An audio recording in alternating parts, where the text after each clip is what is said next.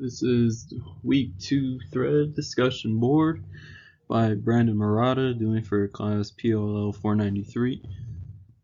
First up is Wilson's dichotomy. Basically, it is why politics and administration should be separate fields of study from each other. So Wilson basically argued this in his essay, The Study of Administration, just to keep out the field of administration out of the corruption of politics of the time. And we see this today in our world as a modern example with within local governments such as like Parks and Rec department or the water department or the fire department, and those are basically, they correlate but are separate from the local government of the city. Next we have Taylor's scientific management theory, also known as Taylorism.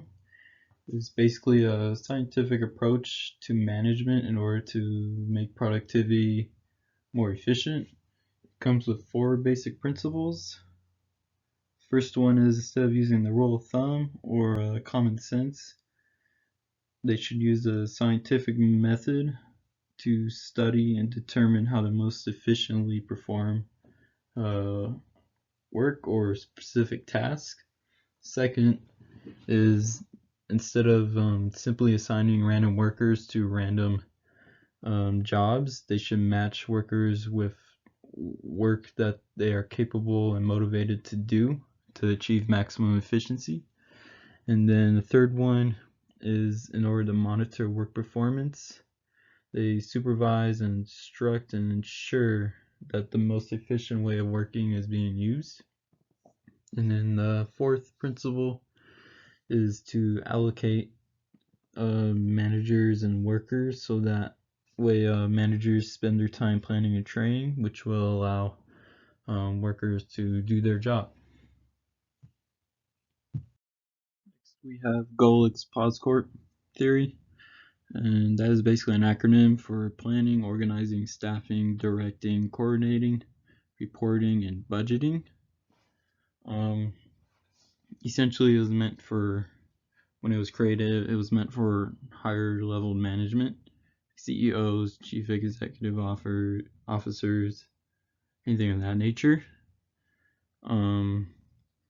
It's just to use to plan and help organize and as a manager to achieve company goals. And we see a modern day example of this in the public administration with heads of departments. They would use this plan as a way to help efficiently complete tasks they set out to do in the public sector.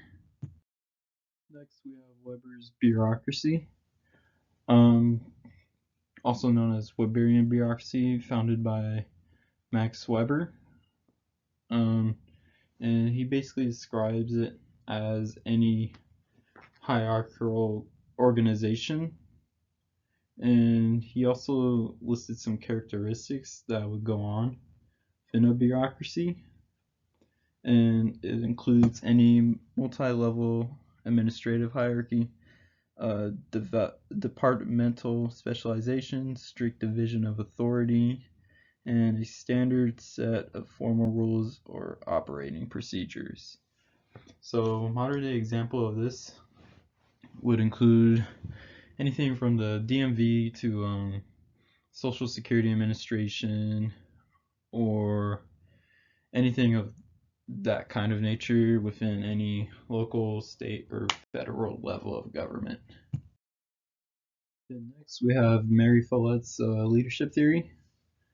She is known as the mother of management, and she had a theory that in order to be a leader or any position of management, to do it efficiently, not only do you have to find a way to efficiently increase productivity, but to also have workers or employers to efficiently and enthusiastically solve conflicts that the company is able to do. And she basically had the conflict resolution idea. And we see this in public administration as a modern day example when any form of department holds like a town hall meeting or whatever, and they take any criticism or questions that citizens of a city bring, and the heads of the department, they take action and get the help of citizens or the workers in order to help efficiently achieve the conflict being brought up. And then finally, we have Herbert Simon's bounded rationality theory.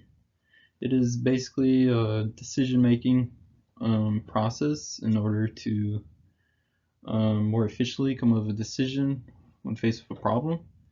And the process basically goes as identifying the goals you're trying to achieve, and then identifying how to achieve that goal, what it takes to achieve that goal, and then identifying any alternative solutions to achieving that goal in case a primary solution runs into any obstacles.